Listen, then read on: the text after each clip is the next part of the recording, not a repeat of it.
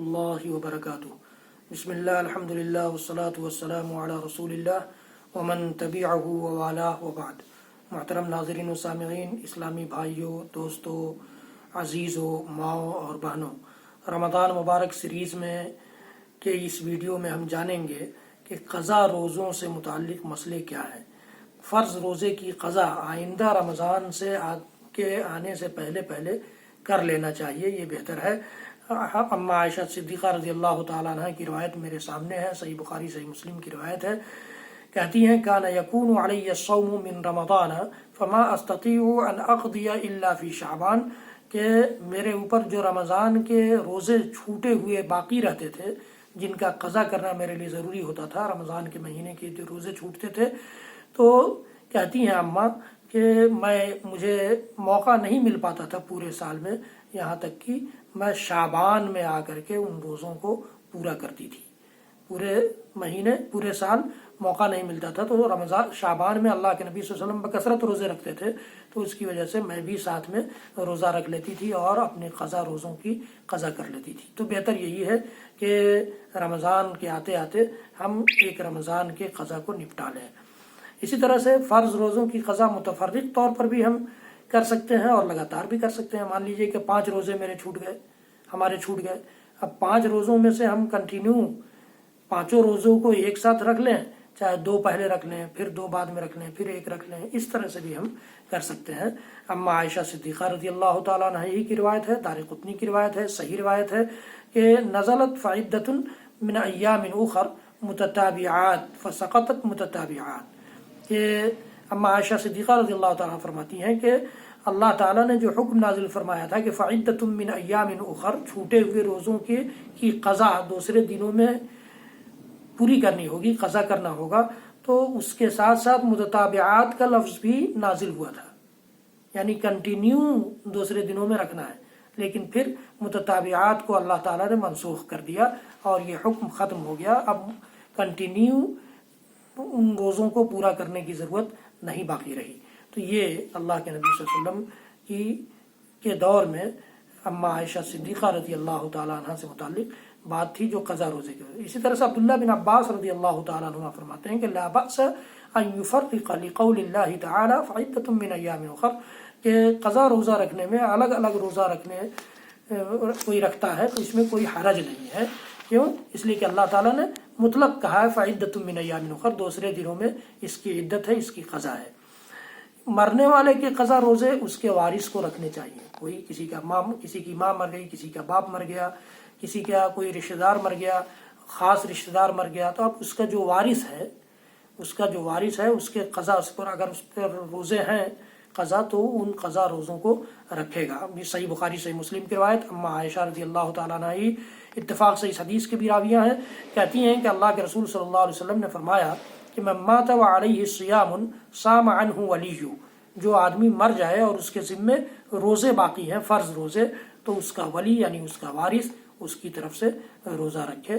صحیح بخاری صحیح مسلم کی روایت ہے۔ کسی شخص نے پورا سال قضا روزہ نہیں رکھا اور دوسرا رمضان آ گیا، تو اسے موجودہ رمضان کے روزے رکھنے کے بعد گزشتہ رمضان کی قضا کے ساتھ روزانہ ایک مسکین کو کھانا کھلانا چاہیے۔ اچھا، یہ ایک مسئلہ جاننے کا ہے کہ ہم نے اس رمضان میں ہمارا روزہ چھوٹ گیا، ہم آئندہ رمضان آتے آتے ہم نے ان روزوں کو پورا نہیں کیا، تو اب آئندہ رمضان کا روزہ ہم نے رکھ لیا، اس کے بعد جب ان قضا روزوں کو رکھیں گے تو ان قضا روزوں کے ساتھ ساتھ ایک مسکین کو بھی کھانا کھلانا ہوگا۔ ابو ہریرہ رضی اللہ تعالیٰ عنہ کی یہ روایت، جسے دارقطنی رحمۃ اللہ علیہ نے روایت کیا ہے، کہتے ہیں کہ فی رجل مرض فی رمضان فافطر، ایک آدمی جو رمضان میں بیمار ہو گیا، اس نے روزہ توڑ دیا، ثم صح، پھر وہ صحت یاب ہو گیا، ولم یصم، اور اس نے روزہ نہیں رکھا، حتی ادرکہ رمضان، یہاں تک کہ دوسرا رمضان آ گیا، رمضان آخر، قال یصوم الذی ادرکہ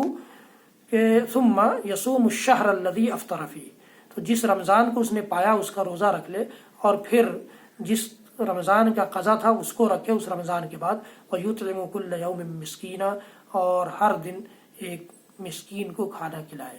یہ ابو ہریرہ رضی اللہ تعالیٰ عنہ نے مشورہ دیا یا فتویٰ دیا ہے کہہ لیجیے، اس لیے کہ اس میں کوئی اس طرح کی بات نہیں ہے جس سے پتہ چلے کہ اللہ کے رسول صلی اللہ علیہ وسلم نے بھی اس طرح کی کوئی بات کہی ہو۔ تو یہ ابو ہریرہ رضی اللہ تعالیٰ عنہ کا فتویٰ ہو سکتا ہے، اور اس میں کوئی حرج بھی نہیں ہے۔ اگر ایک مسکین کو ہم کھانا کھلا دیتے ہیں تو انشاءاللہ العزیز وہ اتنا لیٹ سے جو ہم اس قضا روزے کو پورا کر رہے ہیں اس کی طرف سے کفارہ ہو جائے گا۔ نفلی روزے کی قضا ادا کرنا ضروری نہیں ہے۔ نفلی روزہ اگر ہم نے رکھا ہے تو اس کی قضا ضروری نہیں ہے۔ ام ہانی رضی اللہ تعالیٰ عنہ کہتی ہیں کہ فتح مکہ کے دن حضرت فاطمہ رضی اللہ تعالیٰ عنہ رسول اکرم صلی اللہ علیہ وسلم کی بائیں طرف آ کر بیٹھ گئیں، اور میں یعنی ام ہانی کہتی ہیں کہ میں آپ کے دائیں طرف، اتنے میں ایک لونڈی برتن لے کر آئی جس میں پینے کی کوئی چیز تھی۔ لونڈی نے وہ برتن رسول اکرم صلی اللہ علیہ وسلم کو دیا، آپ نے اس برتن سے پیا، پھر وہ برتن مجھے دیا، میں نے بھی اس سے پیا، اور کہا یا رسول اللہ صلی اللہ علیہ وسلم میرا روزہ تھا، میں نے آپ کا جھوٹا پینے کے لیے روزہ توڑ دیا۔ آپ نے پوچھا کیا تم نے قضا روزہ رکھا تھا؟ میں نے عرض کیا نہیں۔ آپ نے ارشاد فرمایا اگر نفلی روزہ تھا تو کوئی حرج کی بات نہیں، اگر نفلی روزہ تھا تو کوئی حرج کی بات نہیں۔ آپ نے یہ نہیں کہا کہ نفلی روزہ تھا تو کوئی حرج نہیں، بعد میں رکھ لینا، بعد میں رکھنے کا حکم نہیں دیا۔ تو نفلی روزہ توڑ سکتے ہیں اور اس کی قضا بھی ضروری نہیں ہے۔